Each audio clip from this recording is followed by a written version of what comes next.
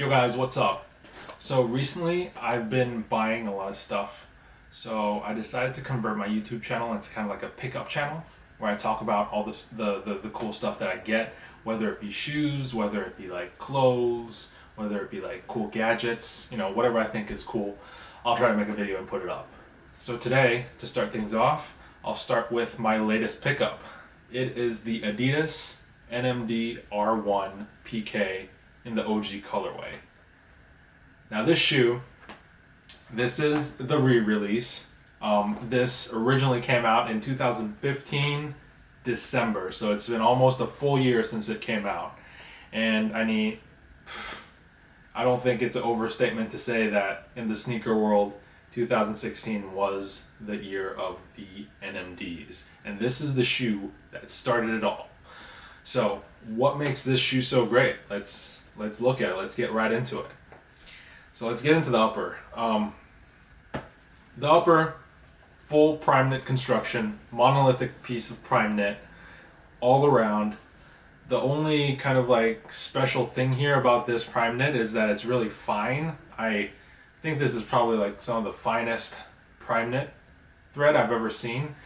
It makes it really have a lot of give because of the thread being so fine, which is not a bad thing. I mean, it's comfortable, but compared to even like the newer NMDs, such as this is like the tricolor one that came out a couple weeks ago. I mean, you can kind of see here that the thread on the tricolor is a little thicker. So this actually has a little more structure in the upper, whereas this is really loose and kind of like a sock. So when people say that you can size down half a size on the NMDs, that's what they're talking about, because the upper has a lot of give.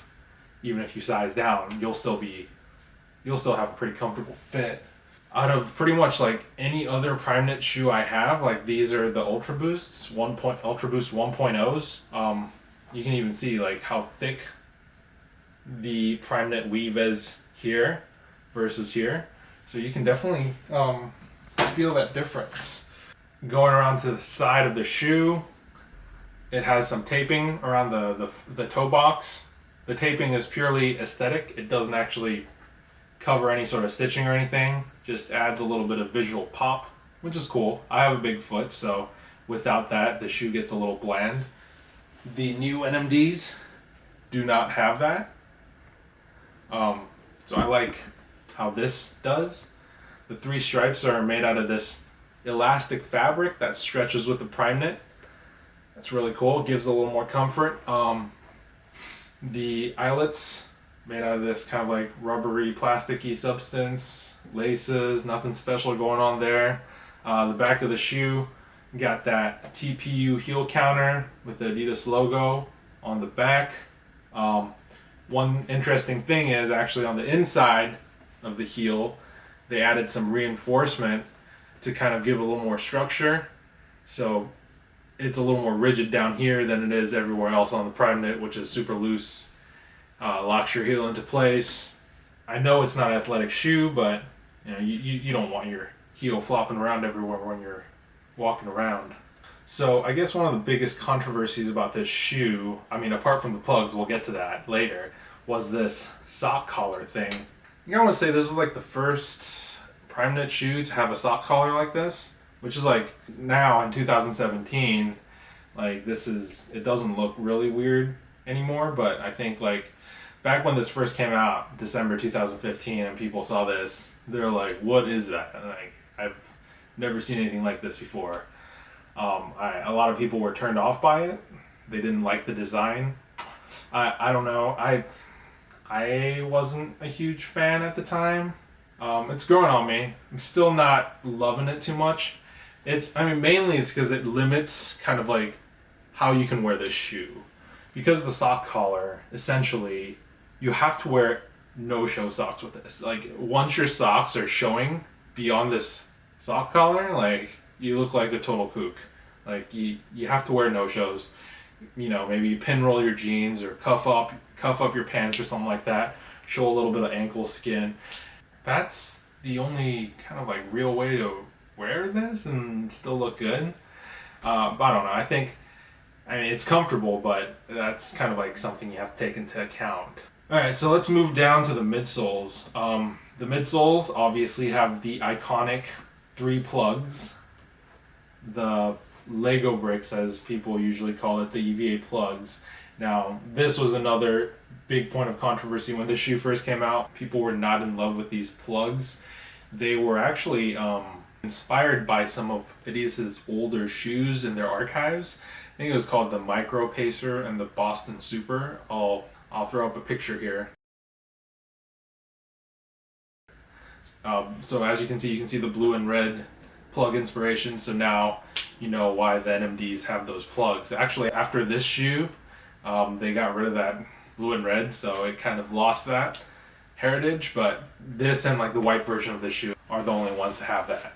So these plugs, apart from, you know, adding visual interest, they actually add some functionality. These 2 big plugs on the left and right are actually a horseshoe shape, and they're connected down the middle here behind the Boost, and they actually provide a lot of stability, because the Boost has no stability. It's a squishy kind of like neutral material. So when they put this stabilizing foam material here and here into your midfoot, it actually helps stabilize your gait. I mean, I know this is not a running shoe and it's not an athletic shoe, like I said earlier, but it's definitely nice to have, even for when you're just walking around. You can actually feel the plugs keep your foot from moving around. That was the purpose of it, and you know. So okay, let's move on to the Boost. Now the Boost, what is there to say about the Boost? It's super comfortable.